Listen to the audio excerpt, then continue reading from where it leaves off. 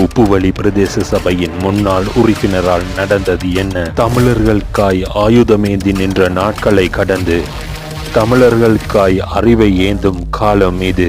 இதுவரை காலமும் ஓர் இளைஞனாக துடிதுடிப்பாக அரசியல் லாபங்களை கடந்து இவருடைய முயற்சியால் அவருடைய பிரதேசத்தில் பல வேலை திட்டங்களை செய்து முடித்துள்ளார்.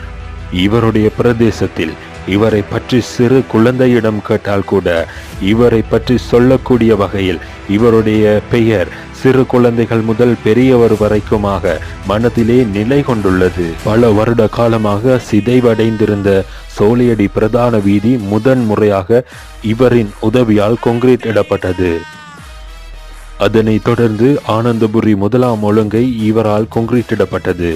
ஆனந்தபுரி இரண்டாம் ஒழுங்கை கான்கிரீட் இடப்பட்டது.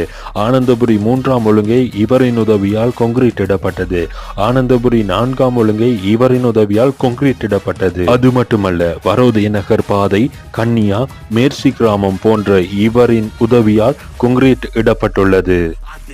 ஆட்சியாளர்கள் கவனத்தில் எடுத்துக் கொள்ளாத புதுக்குடியிருப்பு பிரதேசத்தில் வெறுமனே 10 குடும்பங்கள் வாழும் இந்த பிரதேசத்திற்காக மக்களின் பாவனைக்காக அந்த பாதையிலே ஒரு பாலம் ஒன்றை அமைத்து இவர் மக்களுக்காக திறந்து வைத்தார். உப்புவளி, செல்வநாயகபுரம், நித்தியபுரி போன்ற பகுதிகளில் உள்ள சனசமூக நிலையங்களுக்கு கதிரைகளும் ஒளிபெருக்கிகளும் இவரின் உதவியால் வழங்கப்பட்டது. இளைஞர்களின் திறமைகளை வெளிக்கொணர்வதற்காக ஆனந்தபுரியிலே வாலிபால் மைதானம் ஒன்று இவரால் உருவாக்கப்பட்டது. சோலையடி, ஆனந்தபுரி, நித்தியபுரி, செல்வநாயகபுரம், கன்னியா, வரோதய நகர், சாம்பல் தீவு போன்ற இடங்களுக்கு மின்குமல்கள் இவரின் உதவியால் பொருத்தப்பட்டது. சிறுவர்களின் விளையாட்டு திறனை ஊக்கப்படுத்துவதற்காக வரோதய நகரில் சிறுவர் பூங்கா ஒன்று இவரால் அமைத்து கொடுக்கப்பட்டது. இத்தனை வேலை திட்டங்களை விட சிறப்பாக ஒன்று, நம் தமிழ் இளைஞர்களுக்காக அரசாங்க வேலை திட்டங்களை பெற்றுக் கொடுத்து அவர்கள் வாழ்விலும் ஒளியேற்றியுள்ளார்.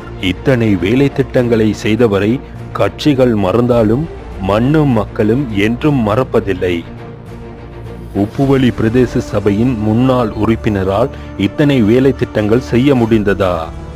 யார் இவர்?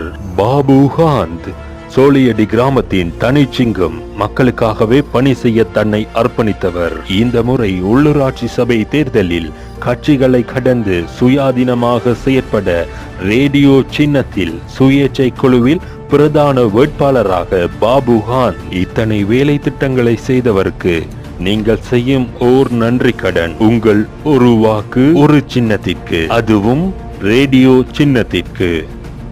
உள்ளூராட்சி சபை தேர்தல் 2025 உப்புவளி பிரதேச சபை. பி. பாபு காந்த். ரேடியோ சின்னம். வாக்களிப்பது நமது உரிமை, அதை சரியானவர்களுக்கு அளிப்பதே நமக்கு பெருமை.